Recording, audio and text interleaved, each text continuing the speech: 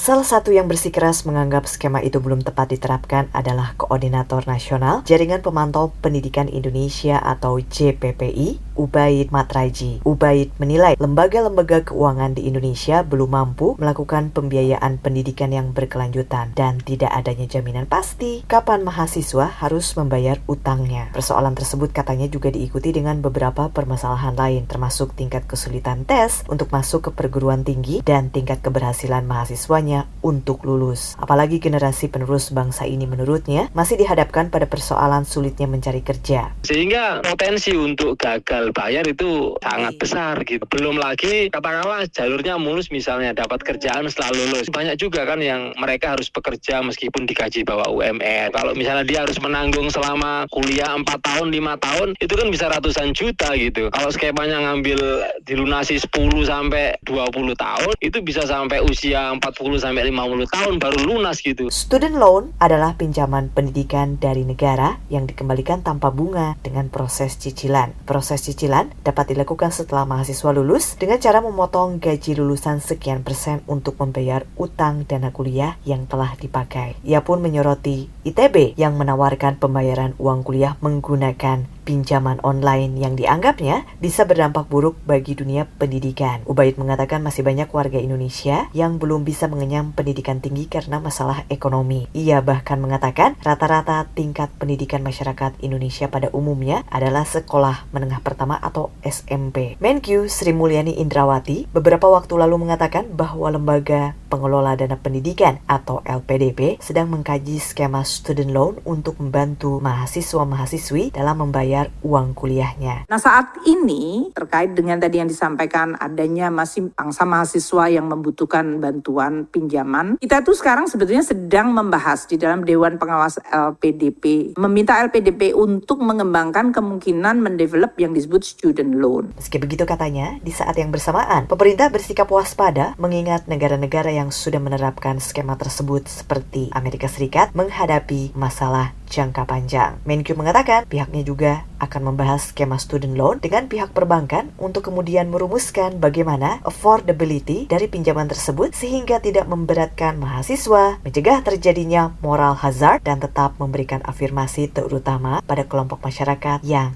tidak mampu. Dari Jakarta, Gita Intan melaporkan untuk VOA Washington.